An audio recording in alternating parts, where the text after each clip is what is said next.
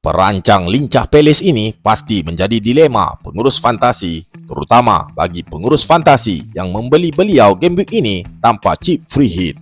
Eze terletak di line up pasukan anda dengan tertera tulisan Fulham away. Adakah menentang Fulham di Craven Cottage perlawanan yang mudah? Dengan godaan perancang seperti Bruno, Gordon dan Foden menyimpan Eze agak berat game week ini. Namun, pada pandangan hamba, jika anda tidak yakin pun Eze bakal cemerlang game week ini, simpan beliau di bangku simpanan dan memainkan aset anda yang lain. Ini adalah kerana pada game week 36, Eze bakal menentang United di Selhurst Park. Jika Sheffield United pun berjaya menembusi pertahanan United game week ini kan pula barisan trio serangan Palace bukan? Adakah insiden membelasah West Ham bakal berulang lagi game week tersebut? Ya, mesti ada yang berkata, biar betul Min ni, Jackson, Min kalau tak ketum, mesti telan AS. Bersabar, dengar dahulu penjelasan hamba. Seperti tagline hamba bukan sifu, hamba hanya berkongsi info. Antara pandangan content creator dengan ranking keseluruhan top 10k dunia, beliaulah yang mencadangkan bakal membawa Jackson ke dalam wildcard 35 beliau. Hamba juga terkedu dengan kenyataan ini. Jackson yang hampir dilayangkan kad merah ketika di Emirates menjadi calon belian game week ini. Mungkin ada benarnya pandangan beliau. Ketika saingan Piala FA di antara Chelsea dan Villa, Chelsea telah menewaskan Villa dengan jaringan 0-3 di Villa Park. Dan pertembungan Spurs adalah di Stamford Bridge pasti memberikan kelebihan kepada pasukan tuan rumah. Adakah anda juga yakin dengan Jackson? Ya, hamba faham. Hype pembelian Bruno Fernandes bakal menjadi lebih popular game week ini selepas 18 mata game week lepas mengalahkan semua mata aset double game week Liverpool. Namun, bukan semua pengurus fantasi bernasib baik dengan nilai pasukan masing-masing. Ada yang tidak berkemampuan. Usah dirisau, Garnacho walaupun jarang meletup, beliau antara aset serangan United yang konsisten membawakan mata serangan.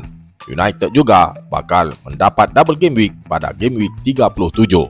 Pembelian ini bukan sahaja pembelian jangka pendek, malah ianya pembelian jangka panjang. Menentang bendi game week ini mungkin dapat merubah rezeki pasukan anda bersama Garnacho. Jika di awal musim, Trippier adalah aset pertahanan popular dari Newcastle, tetapi tidak lagi di hujung musim ini. Kecederaan Trippier membuatkan tumpuan pengurus fantasi beralih kepada Fabian Schär. Dan Burn dan Fabian Schär adalah fokus hantaran bola mati Gordon sejak beberapa game week lepas. Schär bakal melayan barisan serangan Sheffield United di St James Park game week ini. Schär game week ini mendapat kenaikan harga lagi. Schär telah merekodkan sekurang-kurangnya 3 rekod mata 2 digit sepanjang musim ini. Newcastle dijangka bakal merekodkan rekod tanpa bolos game week ini ketika menentang Sheffield United. Persoalannya, adakah anda memilih pertahanan double game week 35 ataupun memilih pertahanan berjadual mudah game week ini? Dilema bukan? Perancang Korea Selatan ini sudah pasti antara perpindahan masuk pengurus fantasi game week ini. Walaupun blank beberapa game week sebelum game week 34, Son masih diberi kepercayaan untuk memenuhi slot double game week kali ini. Terdapat beberapa pandangan yang mengatakan walaupun Spurs bakal menentang Arsenal dan Chelsea, kedua-dua perlawanan ini adalah perlawanan London Derby kegemaran Son. Dari segi rekod, Son kerap menjaringkan gol di dalam kedua-dua pertembungan ini.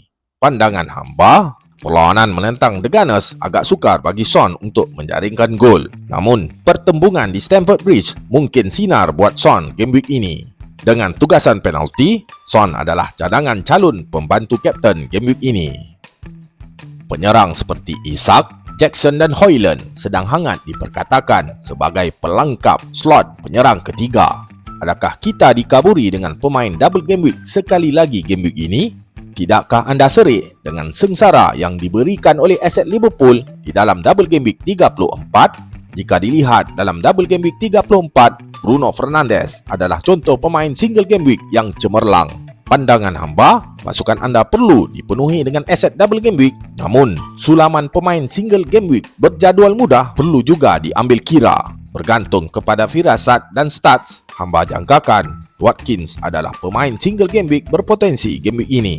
Berlandaskan prestasi pertahanan Chelsea yang menyedihkan, Watkins dijangka akan ulangkan mata serangan sekali lagi. Ingat, saya bukan Sifu. Saya hanya berkongsi info. Assalamualaikum.